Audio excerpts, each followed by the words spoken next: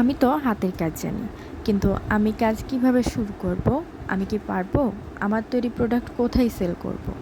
তো hello everyone, আসসালামু আলাইকুম। কেমন আছেন আপনারা সবাই? আশা করি আল্লাহর অশেষ রহমতে যে যেখান থেকে আমার ভিডিওটা দেখছেন সবাই অনেক অনেক বেশি ভালো আছেন। আমিও আলহামদুলিল্লাহ ভালো আছি। তো আবারও চলে আসলাম নতুন আরও একটি ভিডিও শেয়ার করতে। আশা করি ভিডিওটি আপনাদের ভালো লাগবে। ভিডিওটি ভালো লাগলে অবশ্যই ভিডিওতে একটি লাইক দিতে ভুলবেন না, আর অবশ্যই আমার চ্যানেলটাকে সাবস্ক্রাইব করবেন। অনেক আপুদের অনেক অনেক প্রশ্ন থাকে যে আমি কাজটা কিভাবে করি, আমার যে বিজনেসের জার্নিটা এটা আমি কিভাবে শুরু করেছিলাম, বা আমি কোথায় সেল করি, আমি যে প্রোডাক্টগুলো বানাই এটা আমি কিভাবে সেল করি। তো আজকে আমি আপনাদের সঙ্গে সেই সব বিষয়ে শেয়ার করব যে আমি কিভাবে সেল করি, কিভাবে কাজ করি, এই সব বিস্তারিত আপনাদেরকে জানাবো। অনেক আপুরাই আমাকে বলে যে আপু আমি তো হাতের কাজ জানি, আমি কুশি কাটার কাজ জানি, তো আমি কিভাবে কাজটা শুরু করব। সেই সব আপুদের উদ্দেশ্যে একটাই কথা বলা, আপনি কাজটা শুরু করার আগে সবথেকে বেশি দরকার সততা আর ধৈর্য। তো আমরা যারা মোটামুটি হাতের কাজ জানি বা হাতের কাজ শুরু করতে চাই, তো সেদিক থেকে প্রথমেই যদি আমরা কোনো পজিটিভ রেসপন্স না পাই, সেক্ষেত্রে আমরা ধৈর্যহারা হয়ে পড়ি। তবে এটা যদি বিজনেসের ক্ষেত্রে এটা খুব বড় একটা ভুল আমি মনে করি।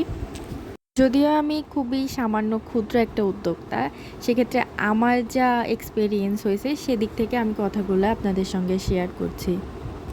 আমি এই কাজটা শুরু করেছি তাও অনেক বছর আগে, 3-3.5 বছর মতো হবে। আমি কাজটা যখন শুরু করি তখন আমার এমন কোনো ইন্টেনশন ছিল না যে আমি অনেক বড় ব্যবসায়িক হব। আমার এরকম কোনো মনোভাবনা ছিল না। আমি যখন কাজটা শুরু করি তখন যেসব আপুরা হাতের কাজ জানেন বা এই কাজটা শুরু করতে চাচ্ছেন, তো তাদের ক্ষেত্রে আমি একটাই কথা বলতে চাই, আপনারা কিছু ড্রেস আগে মেকিং করে নেন। খুব বেশি ড্রেস বানানোর কোনো দরকার নেই। 4 থেকে 5টা ড্রেস বানান। তারপরে আপনার পরিচিতিটা বাড়ানোর জন্য আপনার বাসার পাশে বা আপনার আত্মীয় স্বজনের মধ্যে আপনি পরিচিতিটা বাড়ান।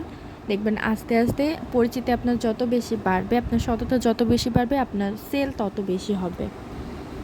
তবে আপনি ড্রেসটা বানানোর সাথে সাথেই যে সেটা সেল হয়ে যাবে এমনটা না। এমন চিন্তা ভাবনা নিয়ে কখনোই কাজটা শুরু করা যাবে না। তো আপনাকেও প্রচুর ধৈর্য ধরতে হবে এই কাজের ক্ষেত্রে। যে কোনো কাজের ক্ষেত্রেই আপনার ধৈর্যটা অনেক বেশি দরকার।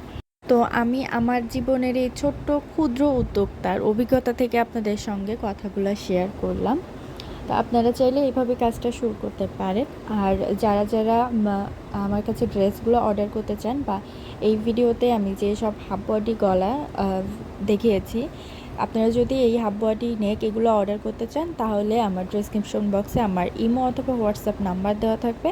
আপনারা বাচ্চার বয়স লিখে ইমো অথবা হোয়াটসঅ্যাপ নাম্বারে মেসেজ করলে আপনাদেরকে সব ডিটেলসটা জানিয়ে দেওয়া হবে। আর আমার ভিডিওটি যদি আপনাদের কাছে ভালো লাগে তাহলে অবশ্যই আমার চ্যানেলটাকে সাবস্ক্রাইব করে পাশে থাকবেন। ধন্যবাদ।